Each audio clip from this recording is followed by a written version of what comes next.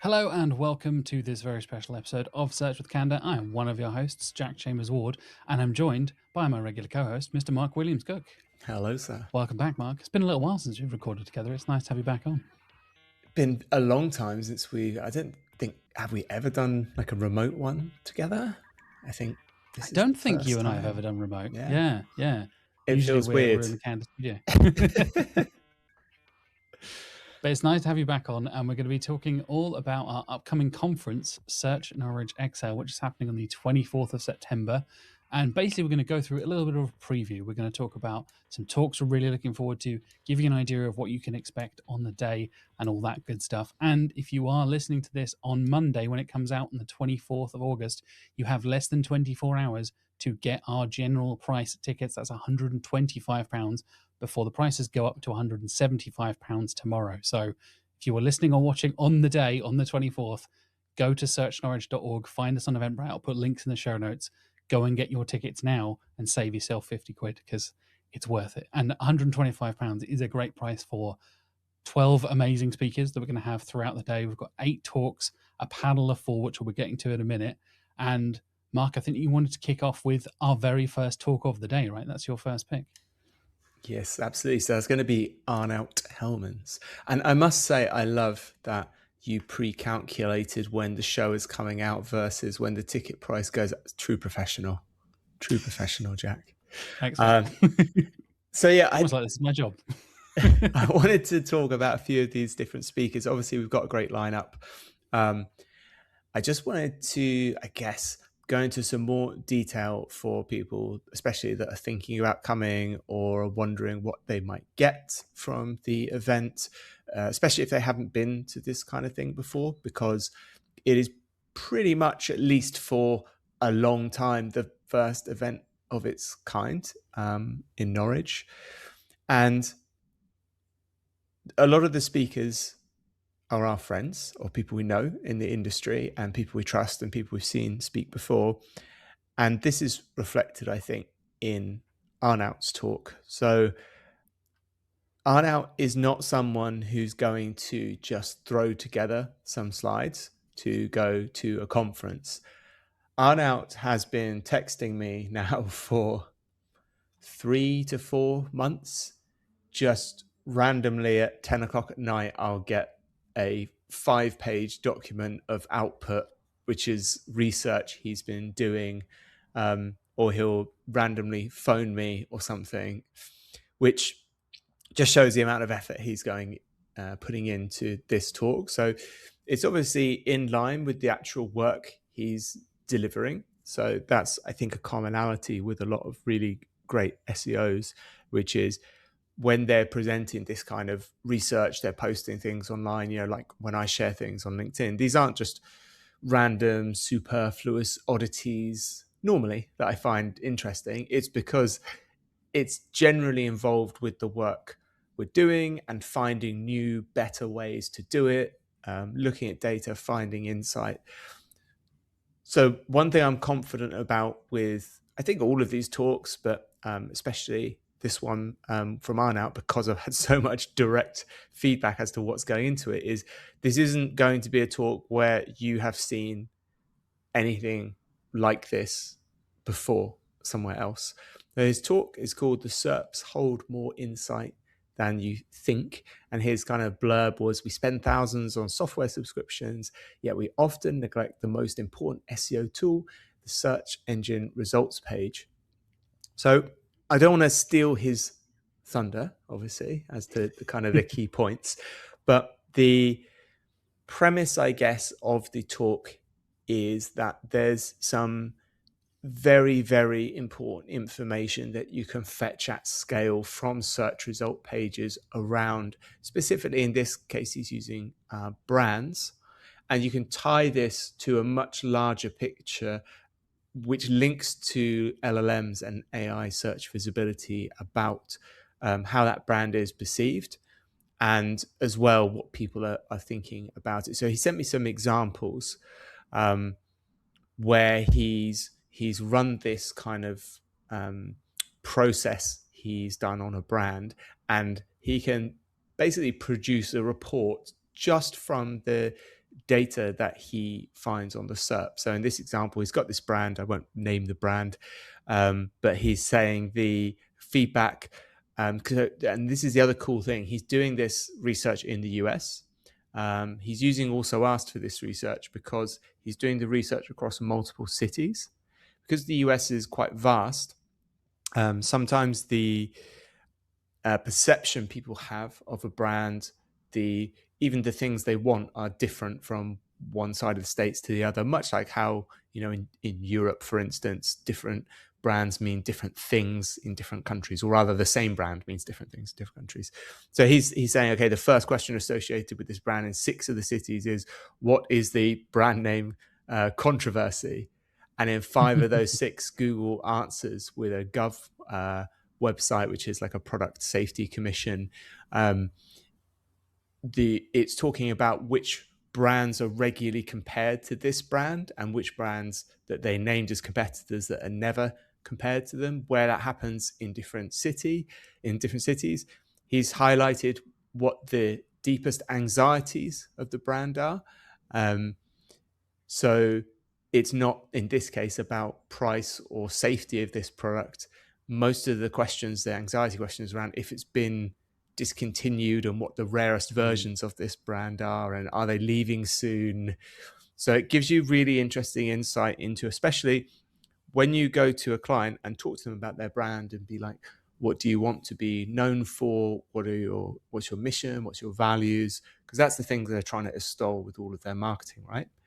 This is a way to grab essentially the zeitgeist and compare it to what the brand thinks it is and highlight the differences. And therefore you can inform your strategy on a regional level. So you can say, well, in these regions, actually people are worried about this thing, or in this country, they're worried mainly about price. And in this place, they don't understand the heritage of our brand, which is really important.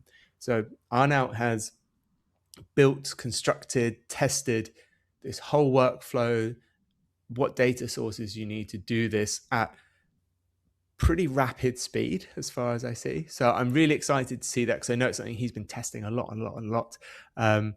And the data he's been sending me looks really, really good. Like, this is stuff you would have paid tens of thousands for from another agency, like only 5-6 years ago. So super excited to see Arnout open the conference with that. Yeah, I know something we've said about Arnout before is, I feel like every time I see him speak, or even if I just have a conversation with him, I'm learning something new. And obviously, he's been on the show before, and we've had many conversations with him at conferences and things like that. And I remember him coming to us with the idea of like, oh, what kind of topic shall I talk about? I've got some ideas. I remember both of us being like, that sounds really cool and really interesting.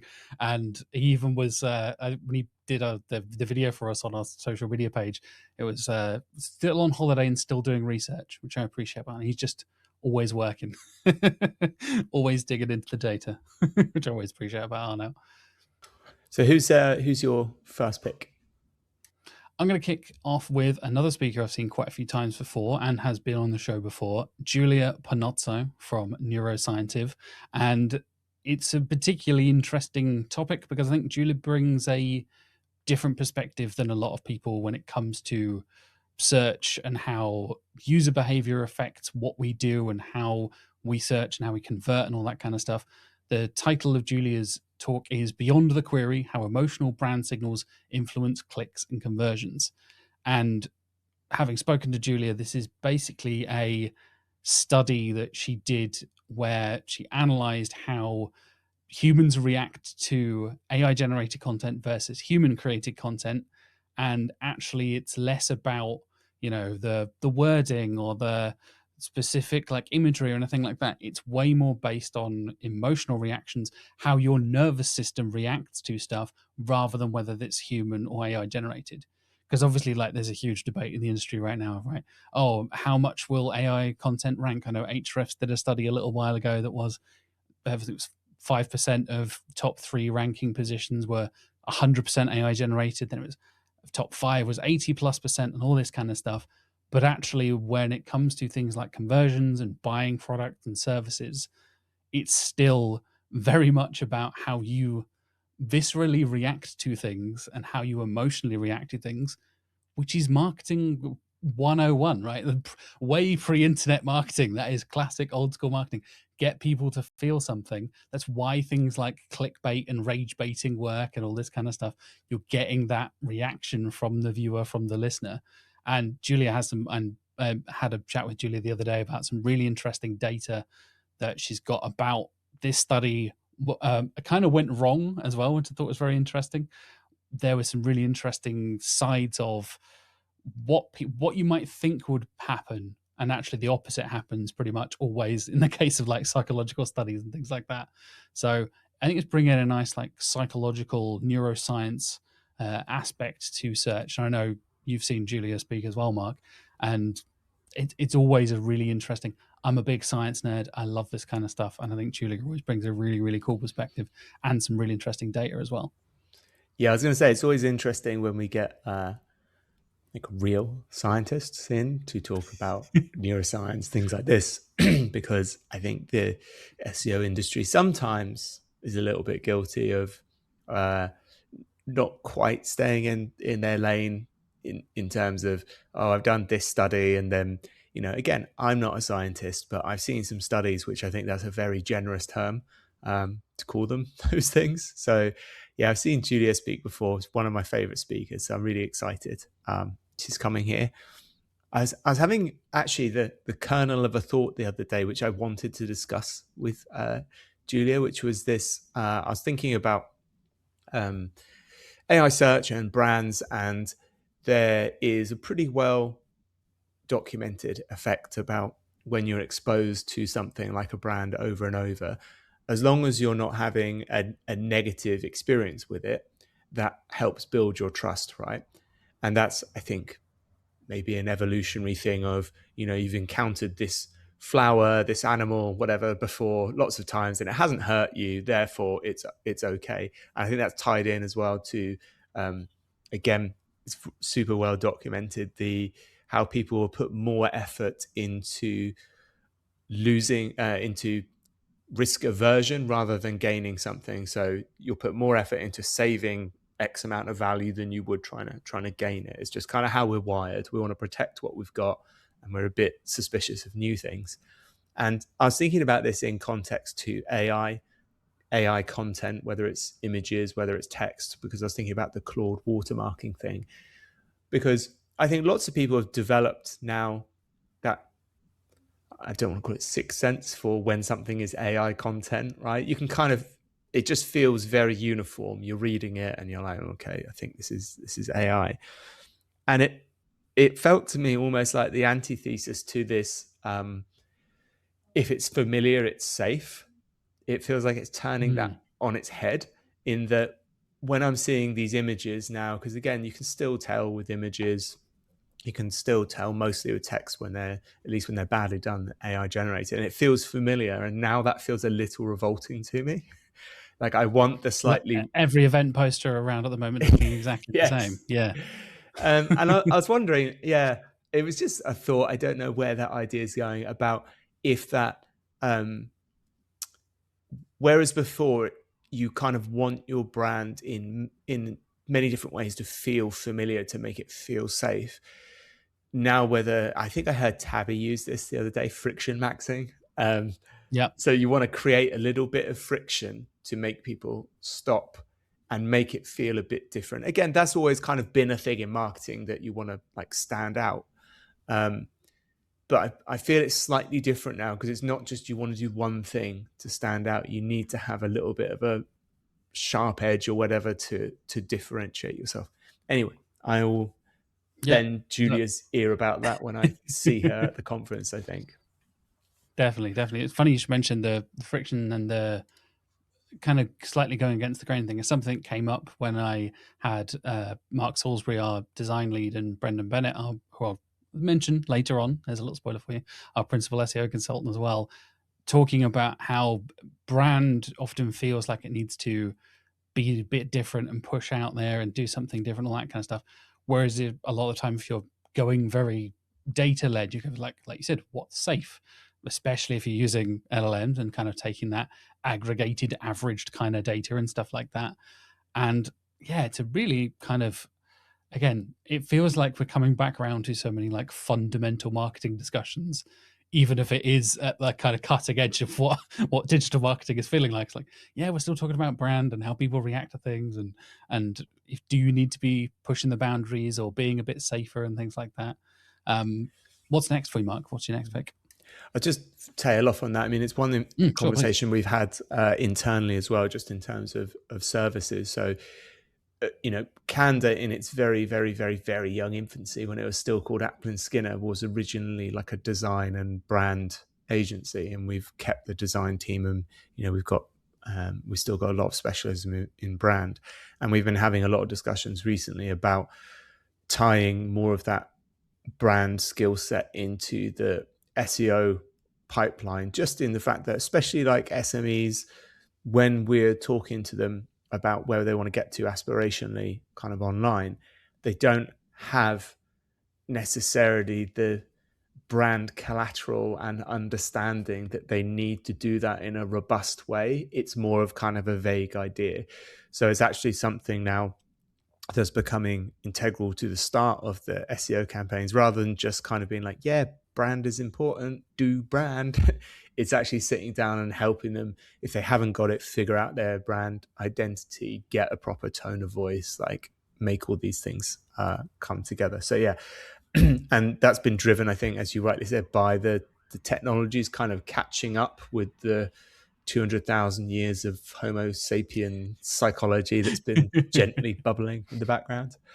Anyway, at the other end of this discussion scale, my second talk pick was by Gent, who amusingly describes himself as the best technical SEO you've never heard of, which I think is fair. Which I think is actually quite fair, to be honest. Adam is super smart, but I can rarely recall seeing him kind of posting a lot. I don't think he's really speaking a lot at conferences. However, he worked on the technical side of SEO for like 15 years. He was a product manager at DeepCrawl, which is now Luma. So he certainly kind of earned his SEO stripes, links, whatever we want to call it.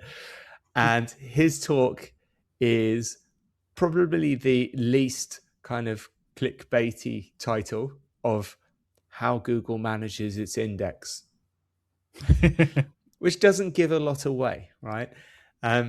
Why I'm interested in this. So Adam, as well, is now co-founder of Indexing Insight, which, as you can imagine, is all about how Google kind of indexes content, pages, documents, URLs, cats.txt. And why I'm interested in this is, especially was, I think it's the beginning of or end of last year, I went to an SEO FOMO panel, which are the informal free meetups run by Aleda Solis. And she was jammy enough to get Gary from Google to join a panel. And if you haven't seen Gary kind of speak or be on a panel or be in public around SEOs, it's always a treat. He's kind of how he acts online, which is obviously very sharp, super intelligent guy, but very brutal, short answers, which is absolutely my vibe. Love seeing it. And the thing that stuck with me that Gary Eesh said out of everything was, someone asked him about what's Google going to be kind of focusing on, caring about in the kind of short, medium, long term. And Gary's answer was just we're going to be looking at originality a lot, and he just kind of let that sit in the room. And I think I've mentioned it a couple of times on the podcast, like it really got me thinking about, because when you get into these topics and you have to be specific, I think it's hard to even define originality, because a long time ago in SEO, originality just meant a different order of words on the page. So you could take content, spin it, say exactly the same thing, but you use a different string of words to say it. and Google would treat that as original content. Now, where we are now is semantic SEO with vectorization. That's definitely not what we would call original anymore. And there's a lot of discussions around things like information gain.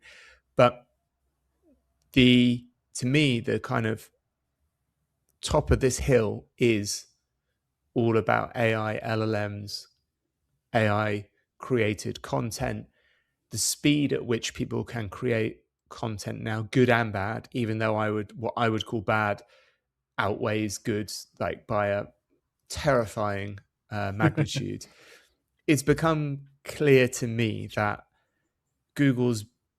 I think one of Google's biggest challenges now is sorting through what is good looking crap versus what is good content, because the difficulty they have is LLMs can generate good looking crap, whereas spam before was very, or not, I wouldn't say very easy, it's probably shortchanging some very talented engineers, but it was a lot easier to algorithmically detect what was automatically generated. Now, because of the ways that LLMs generate text, we're essentially reliant, or at least most public tools are, on how much does it match the token prediction. And again, there's loads of people showing that it doesn't take too much tweaking to break that.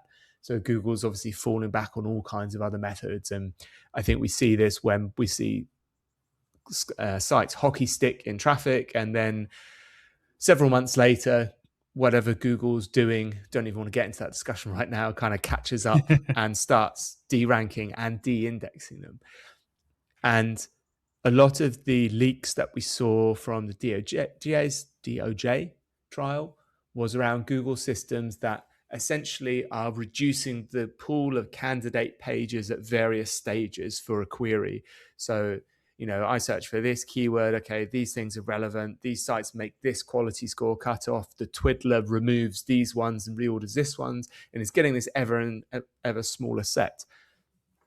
That job is harder the bigger the set is you have to work from, for, I imagine, all kinds of reasons to do with scalability, speed, quality, the compounding of a small chance of a bad answer getting through. So I think Google's biggest challenge is, how do we keep a tight index of good content? And that's been reflected, I think, with what we've seen in the webmaster, still call them webmasters, so people that manage websites, in the discourse, which is this: oh, look, I've been, such and such, but not indexed. It's been discovered, but it's not getting indexed, or these pages have been de-indexed. And I think, to me, that's one of the hot topics, because obviously if you're not indexed, I think you're going to struggle to appear everywhere, including AI answers. And Google, Bing, and the traditional search engines are going to be the primary gatekeepers of what kind of gets through into these models.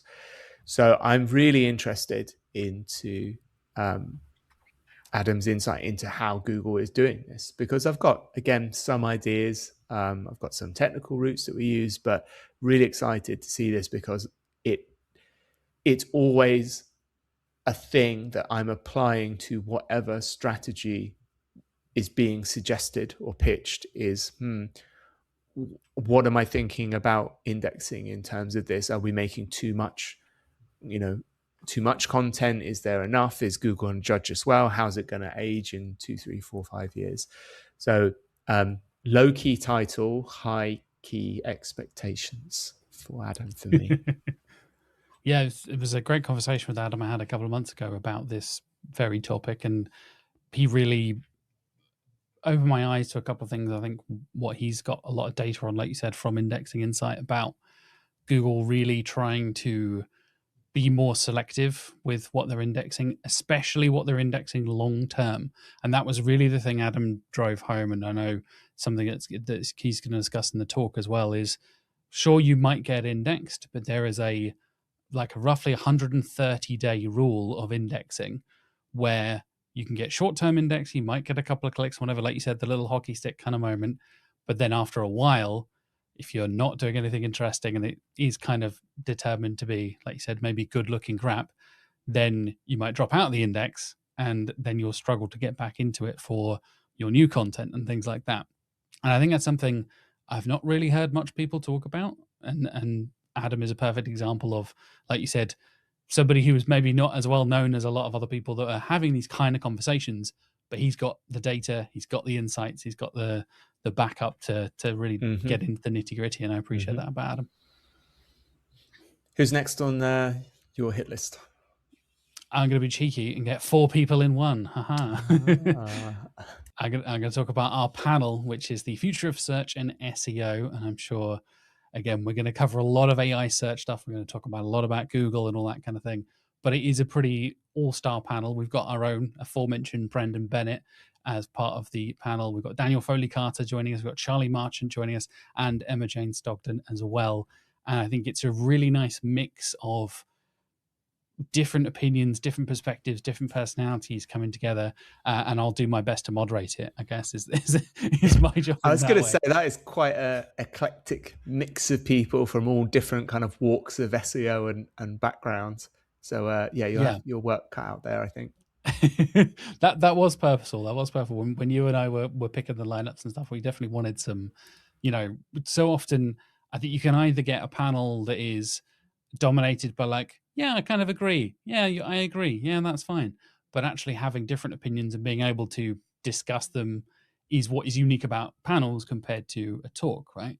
And I think for me, that's where a big topic like the future of search and SEO is going to obviously inspire some hot takes, some perhaps interesting takes from the group. And I think for me, that is hopefully going to give the audience and attendees some new ideas and new perspectives to start thinking about, sort of projecting, where is it going in the next year or so, then think about 2 years, 5 years, what do we think, because it has changed so much recently in the classic, the search landscape has changed and all that kind of stuff we've said so much over the last 18 months or so. I'm intrigued as to, with how much it has changed and how different Google feels now as a company and as a search engine, what will we see actually emerge? A lot of people comparing the different AI search tools, comparing what we think the 10 blue links in traditional search and local search and Google, the SERP features, all this kind of stuff, indexing. There's so many different directions and elements. And I think I'm going to do my best to kind of dig around and find some interesting perspectives and points. And I think, Charlie, Daniel, Emma Jane, and Brendan are going to bring some between them. I think I did the maths. It was like 80 something, the classic thing of like 80 years of experience. It's like, yeah, come on. Like our team has 1 million years of experience. Like, yeah. My point is they're all very experienced and they all have a lot of experience. I know, again, Brendan, who was on the show a couple of weeks ago, talking about, his background in graphic design as well. And I know Charlie comes from a different background as well. Dan's been around since before Google, like since the building websites in the 90s and things like that. And I know Emma Jane has gone through. Don't say it like that. No, that was a compliment. That was a compliment. Absolutely. And Emma Jane has gone through, being in film production and content creation and all this kind of stuff. And there's I think some really interesting directions we can go in. I'm going to try and come up with some not generic, not boring questions and really kind of steer the conversation in some interesting direction, hopefully. This was going to be one of my comments actually, and why I'm excited that you're moderating, which is especially for a topic like the future of SEO, it's very easy to give quite generic, open questions. And I know as a panelist, having been asked similar questions, it's actually quite difficult to give a good answer because it's such a big question. So if you're giving the specifics around like local search and what's going to happen with 10 blue links and specifics like that, I think that tends to be a lot more interesting because you get, specifics out of people. And the goal for me of that panel is, with those specific answers, the audience can start to cobble together like a waiting for their directional thought about where things are going in SEO. So, okay, I see these 3 or 4 changes people are agreeing on. So that means we're kind of moving in this direction, which I think is hard to get from a single speaker that's trying to talk about a single topic. So I'm I'm excited about that panel, and excited about your moderation of that panel. No pressure. Yeah, slight sensitivity of me there to the building websites in the 90s. I was there when Front Page was there. So I think it That just wasn't a dig, mate. That was no. saying how That's what much I'm saying. experience you got. I think you triggered some defensiveness in me there. I got so I'm doing a panel at Brighton SEO in October, and the title they sent over was what will SEO teams look like in 2030, right? And I was like, 2030? I was like, why do they want to know about the far, far future of 2030? I was like, I got no idea. And then I was like, We'll be living in wait, space. Who cares? Like, wait, yeah. it's like 3 and a bit years. I was like, oh no. So that gave me a bit of a, yeah, it still feels like super far in the future to me, but it's really not. Yeah. Talking about, I'll be turning 40 in 2030, so that scares me already. oh wow, welcome to the Yeah, club. yeah. I'm not even going to, it's an easy calculation, but I'm not even going to do it for my Don't do the age. maths. Don't break your heart, mate. It's fine. I'm going to move swiftly on to more future things, which is I am also very excited to see Myriam Jessier, who is a technical and brand visibility consultant. I've known Myriam for quite a while now, and Myriam is also a person who has a endearing habit of suddenly texting me with a million things about Yep. SEO, which I love. And we've got a really nice, what I would define as asynchronous communication style, which is I will receive 52 texts from them about immediately really deep SEO kind of research. And then I will look at them and go, cool, that's a lot, and carry on doing what I'm doing. And then 10 days later, when I've got a moment, I sit and read through all the texts and I send 45 texts back, or two, depending how we're feeling. And then this tennis goes back and forward. And what I've learned about Myriam is they do think about SEO quite differently from a lot of other people. And there's a few rabbit holes Myriam has gone down that I find particularly interesting. And they've really been digging into and researching the whole kind of multimodal approach to content. And Myriam's kind of talk description was, or I should say, description of what they do is making the web more human and bot friendly. And the current hyper focus is multimodal content strategies for search. Why I think this is particularly interesting, and I'm guilty of this, is when certainly I think about search engine optimization, I mainly think about text. And even when we talk about video and YouTube, I think about how bots just turn that into text and then, do stuff with the text, because that's kind of what's happening. Search engines aren't watching YouTube videos and based on what they see doing stuff with that. They are transcribing it and understanding the contents within that way. However, that's not true of images anymore. Anyone that's used Google Lens will know this. You can point your camera at something and ask Gemini about it now, and it will recognize what's in the image and talk to you about it. It's super useful now. I think it's one of those features I think that so many people don't even know exists, or they don't understand what it does, because I use Google Lens all the time now.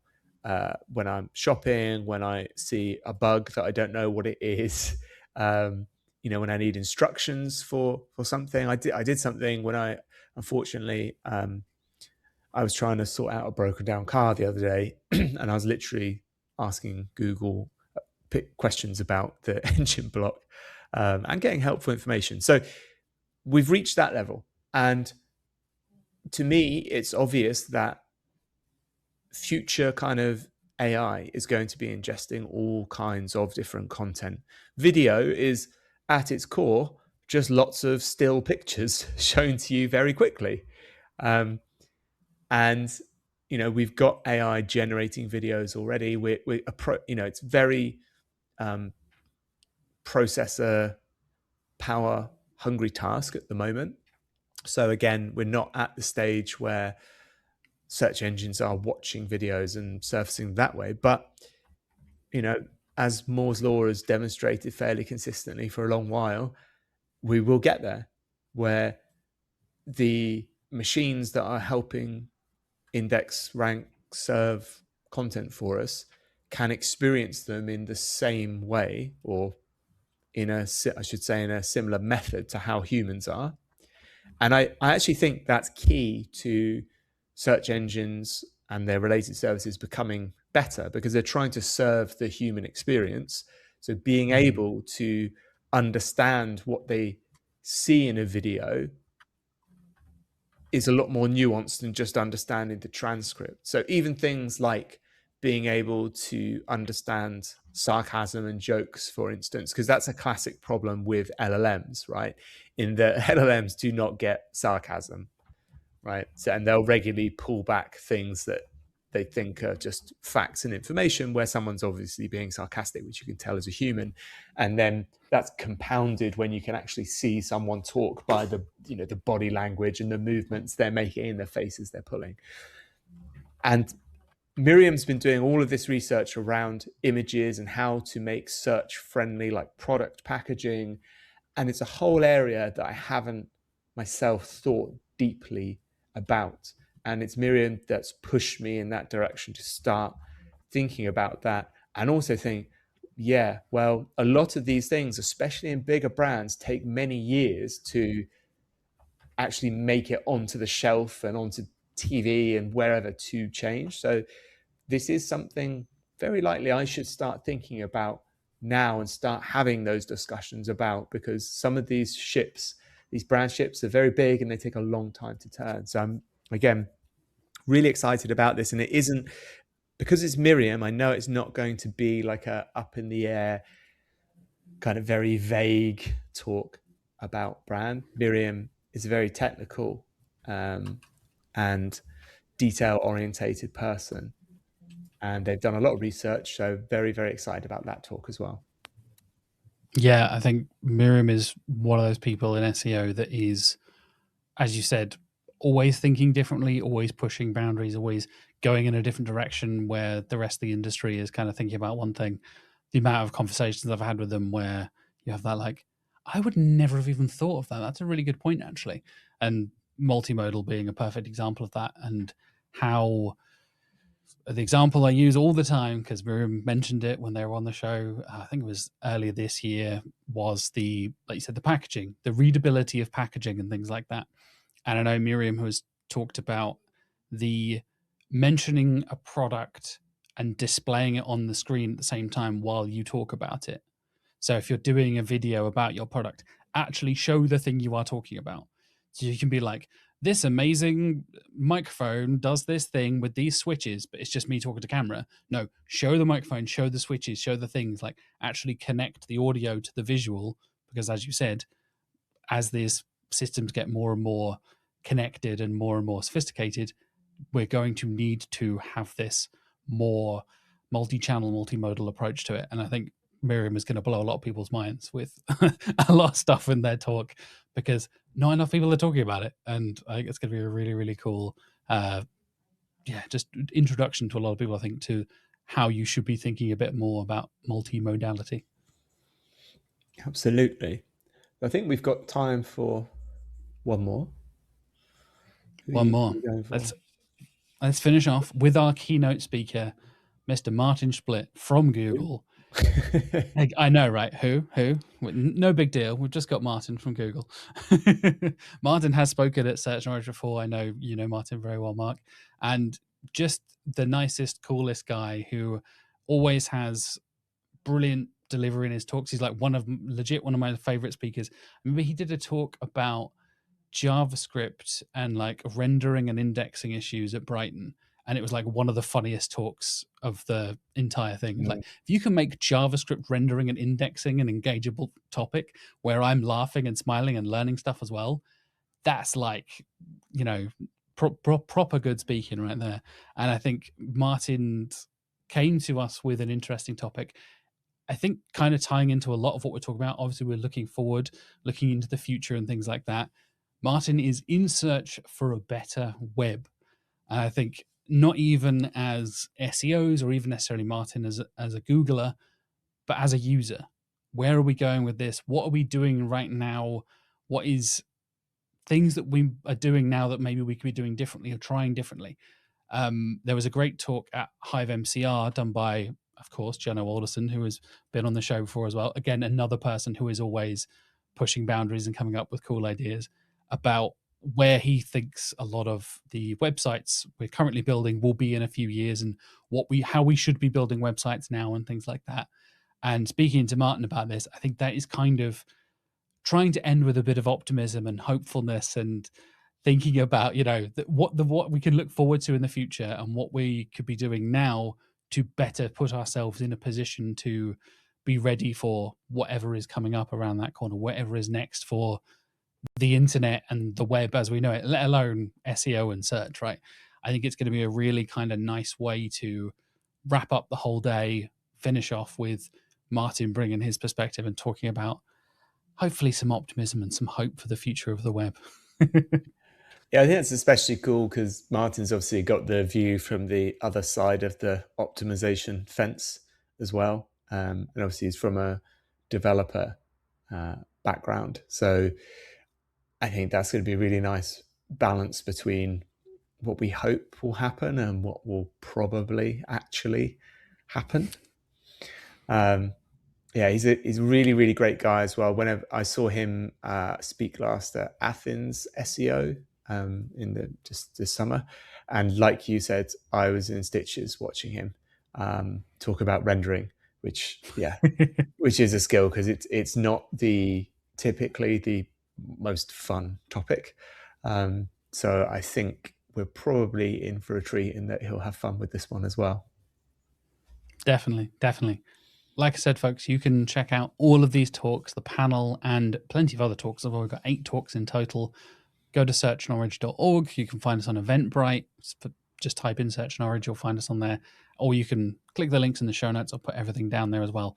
And like I said, if you are watching or listening to this on the 24th of August when it comes out, you have less than 24 hours at midnight as it turns into the 25th of August.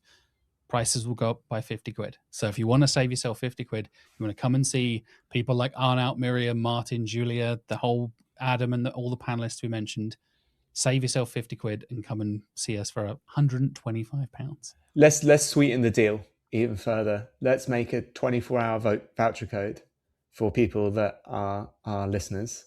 So Nice. let's say if you use the voucher code Monday SWC as one word, so MONDAY SWC for 24 hours from this podcast going out, you'll get an additional 20% off. If they've made it through to the end as well of this episode, thank you for listening. We love you. You've earned it. There we go. Use code Monday SWC and stick that in on Eventbrite, and you'll get an extra 20% off. There you go, folks. What more could you want? Where can we follow you, Mark? What are you up to at the moment? Have you got any other speaking events coming up or anything like that?